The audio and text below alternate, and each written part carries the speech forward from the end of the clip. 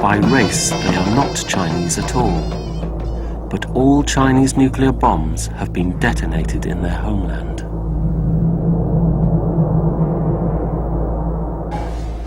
A local contact takes us to secret meetings with more patients. Radiation can cause children to be born with cleft palates. Here we meet one such child out of the many born into families living downwind of the test zone. After the bombs were exploded 10 years ago, in the towns near the test site, many children were born with cleft palates. We found that for every 10 patients, 8 had cleft palates. For a doctor to see 8 out of 10 child patients with cleft palates is unusual and a clear indication of the effects of the nuclear tests. The incidence of congenital deformities is very high. We also have deformities such as enlarged stomach, enlarged bowel, enlarged head, and gynecological problems. There are many children with deformities that we never find out about. They just die. Nobody has ever said it, but we think the nuclear pollution is the cause. This 6-year-old boy is typical of the children we meet. His doctor's report states that his brain has not formed normally. So what things can he do now? Can he walk now? His small brain, leading to severe learning difficulties, indicates yet another congenital abnormality. Oh, he's a bit unstable.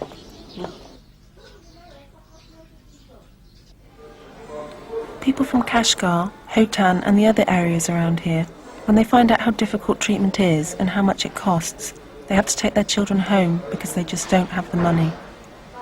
The parents tell the children that it's God's will if they live or die.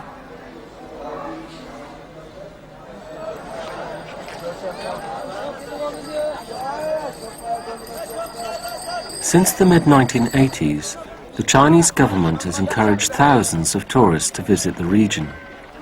But in the same period, unknown to the Silk Road holidaymakers, the Chinese detonated 18 nuclear bombs beneath the ground. They claim that they are safe, but radiation from those tests is known to have escaped into the atmosphere. Fallout was detected in neighboring countries and even as far away as Japan. 5 weeks into our trip, we hear from Anwar again. He's made another crucial breakthrough. We rush back to Urumqi. Anwar's high-risk strategy has paid off. He's managed to obtain a highly confidential document from inside the Chinese medical establishment. The paper is marked, restricted, take care of this document. It is a desperate plea for more cancer facilities and ends, we cannot wait a moment longer. Well, I mean, these figures are really good because it compares the increase in cancer rates per 100,000 for the whole of China and then for the whole of Xinjiang. The document Anwar has got hold of records the rising incidence of cancer in China since 1965. The figures reveal how from the early 1970s, cancers in the Silk Road towns close to the test site began to rise much more quickly than in the rest of China. By 1990, cancer rates in these towns were more than 30% higher than the national average. Since 1976, the increased radiation dose from the bombs appears to have produced a dramatic increase in cancers. The number of cancers in the Silk Road towns increases even faster as more tests are carried out. These statistics amount to a chilling demonstration of the effects of the radiation on the people who live there.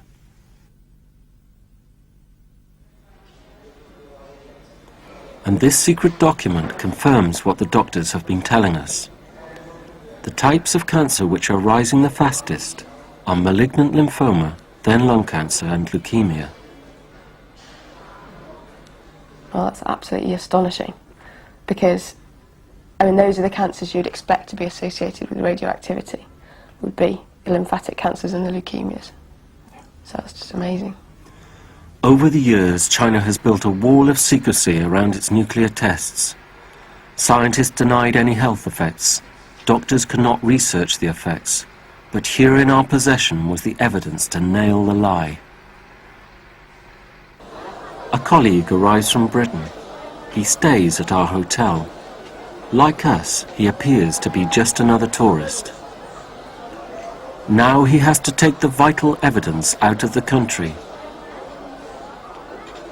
For the past 6 weeks, Anwar has run the daily risk of being informed on. It's time for him to get out. As he leaves, he knows he'll never be able to return to China again.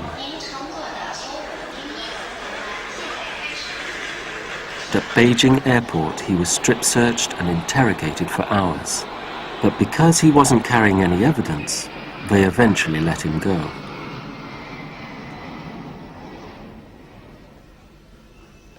When we hear that Anwar and the courier with the tapes are safely out of the country, we destroy any incriminating evidence of our investigation.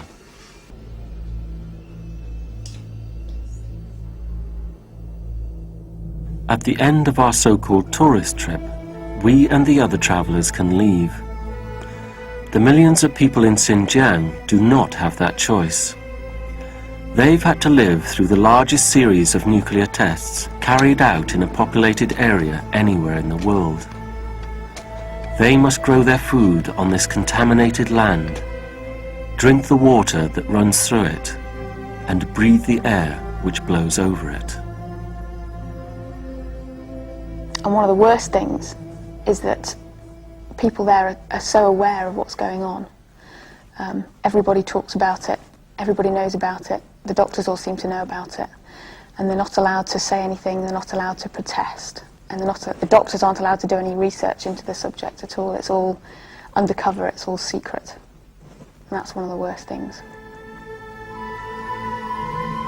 While the Chinese government continues to hide the appalling truth of its nuclear tests, like this 17-year-old girl, countless thousands are suffering the cruel consequences. This winter my daughter really suffered from the pain. Because she couldn't bear it, she kept saying, "Maybe we should cut my legs off. I really can't bear the pain anymore." I didn't know what to do. I tried to hold her, comfort her. One time she even said goodbye to us. She said, "Bye, Mum. Bye, everyone.